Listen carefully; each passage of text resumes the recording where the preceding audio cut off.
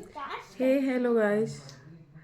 तो मैं आपको कल इम्यूनिटी के बारे में अवगत कराई थी और इम्यूनिटी वीक सर्दियों में कैसे ज़्यादा हो जाती है और उससे क्या क्या दिक्कतें आती हैं ये भी बताया था।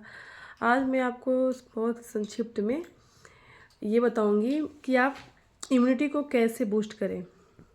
फर्स्ट ऑफ ऑल, आपको ठंडक में पर्याप्त मात्रा में पानी पीनी है, कम से कम 8 से 9 गिलास पानी। अगर आपने पानी कम कर दिया और चाय बढ़ा दिया तो बहुत ही हार्मफुल होती है, क्योंकि चाय ऑलरेडी एसिड बनाती है पेट में।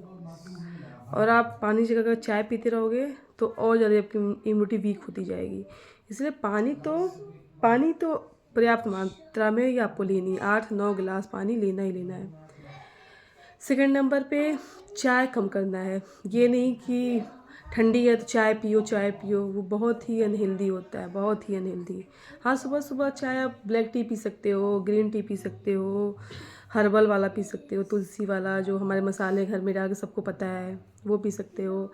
अगर बहुत मन के दूध का चाय तो पियो, लेकिन सिर्फ 1 कप चाय, क्योंकि चाय तो मैं खुद पीती हूँ, लेकिन मतलब मैंने पहले से चाय बहुत ही कम कर दिया है पीना।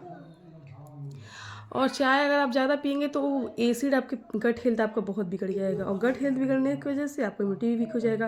इम्यूनिटी वीक होगा तो सर्दी जुकाम बहुत तेज़ी से लगेंगे। आजकल तो जान रहे हो, आज जब से कोरोना गया है तब से तो ये जकड़न ऐसे, अगर कभी भी कंजक्शन हो जा रहा है तो जल्दी वो एंटीबायोटिक लिए जाता ही नहीं है। और एंटीबायोटिक कितना हार्मफुल है, सारे गुड बैक्टीरिया ख़त्म कर देते हैं पेट के। तो हमें चाय ज़्यादा नहीं पीना है।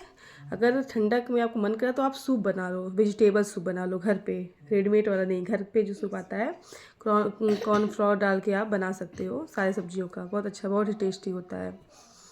और थर्ड नंबर कि आप जब तक सूरज की रोशनी है, उसके बाद तो कुहेसा में वैसे भी जब कोहरे पड़ने लगते हैं इतनी आती है, तब तक आप सूरज की रोशनी आपको लेना ही लेना है। उसके बाद आपको मतलब समझ जाओ हफ्ते में 1 से 2 बार आपको स्टीम लेना बहुत ज़रूरी है। चाहे आपको जुकाम खांसी हुई हो चाहे ना हो, लेकिन स्टीम लेना सर्दियों में बहुत ही ज़रूरी है। इसलिए ज़रूरी है क्योंकि उससे जो हमारे जो भी, अगर आपको इफ़ेक्ट करने वाला है तो वो आपका मतलब वहीं पे ख़त्म हो जाएगा। स्टीम लेने से आपको इफ़ेक्ट नहीं कर पाएगा बाहर का वायरस, बाहर के बैक्टीरिया जो ठंडक बहुत परेशान करता है। तो आपको ये लेना बहुत ही ज़रूरी है, स्टीम लेना। गलारे भी करते रहिए गुनगुने पानी से, सिंधा नमक डाल के, वो भी बहुत, उससे हमारा इम्यूनिटी बूस्ट होती है, मतलब लड़ने की क्षमता आ जाती है। और पानी ज़्यादा पीने से हमारा गला नहीं सूखता, जिससे गला, वैसे पानी कम पीने से गला सूखता है, जिससे बैक्टीरिया और बाहर के बैक्टीरिया और वायरस गले में चिपकते हैं, जिससे बलगम गाढ़ा होता है। पानी कम पीने से बलगम बहुत गाढ़ा होता है। वैसे अगर पानी पियेंगे तो आपको बलगम अगर होगा तो वो आपका बाहर आ जाता है खांसी के अलावा, लेकिन अगर गाढ़ा हुआ तो बिना एंटीबायोटिक लिए नहीं जाता है। इसलिए आपको ये ध्यान देना बहुत ही ज़रूरी है। उसके बाद आप अच्छे जो हैं इसमें, जो ठंडक में जो गर्म तासीर वाली चीज़ें हैं वो भी आपको लेना, मतलब न्यूट्रिशन लेना तो बहुत ही ज़रूरी है। अगर वो नहीं लोगे तो आपके अंदर की शक्ति काम ही नहीं करेगी हमारी। तो आपको न्यूट्रिशन लेना बहुत ज़रूरी है, जैसे कि ड्राई फ्रूट के लड्डू भी बनते हैं। आप गुड़ भी, शुद्ध गुड़ आप खाते रहो, 1 टुकड़ा, 1 डली हमेशा सुबह शाम खाओ, वो भी बहुत गर्म करता है चेस्ट को। अदरक की चाय हुई, आप सारे घर में, हमारे इंडिया में हर घर में बनती है वो हर्बल वाली चाय, आपको सबको पता होगी।